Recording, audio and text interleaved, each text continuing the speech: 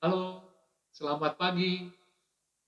Kali ini kita akan berbicara tentang bumblebees. Bumblebees itu apa? Bumblebees itu ya sejenis kumbang yang terbang dari bunga ke bunga. Nah, menurut perhitungan ahli ini abad 20, seharusnya bumblebee itu tidak bisa terbang. Tapi karena bumblebees itu tidak pernah tahu pendapat ahli itu, maka tetap saja ia mencoba terbang dan ternyata bisa. Nah, konon seorang ahli aerodinamika dari Swiss, dia mempelajari sayap dan tubuh dari bumblebee.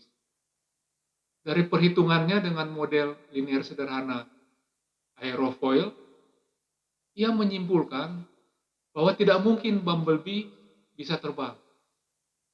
Juga di tahun 1930 ada seorang ahli serangga dari Prancis, namanya Auguste Magnan, juga punya kesimpulan yang sama.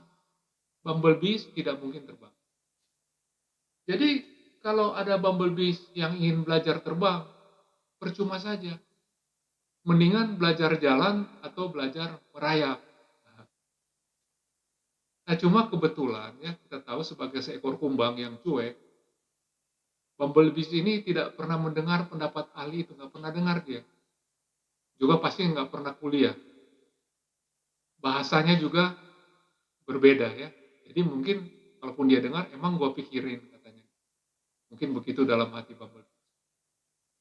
Maka bumblebee terus menggerakkan sayapnya dengan kencang dan dia terbang. Nah, yang bingung para ahli. Akhirnya para ahli ini penasaran. Mereka mempelajari mengapa bumblebee bisa terbang. Karena ini melawan pendapat ahli fisikanya gitu ya.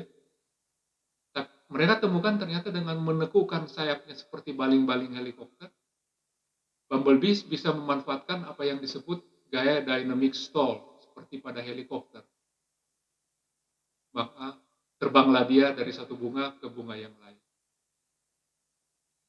Jadi tidak sedikit ahli yang mengatakan bahwa kita tidak bisa melakukan ini, tidak bisa melakukan itu. Impossible katanya. Dan kita percaya. Jadi kita pupus impian kita dan kita menjalani hidup dengan merayap dan merangkak. Semakin hari kita semakin lemah, tidak berdaya, lesu dan lelah karena harus merayap dan merangkak. Tapi kita bisa belajar dari bumblebee. Jangan dengar apa kata dunia, tapi dengar suara Tuhan dalam hati kita. Seperti apa yang disampaikan dalam Yesaya 40 ayat 31. Tetapi orang-orang yang menantikan Tuhan mendapatkan kekuatan baru. Mereka seumpama Raja Wali yang naik terbang dengan kekuatan sayapnya.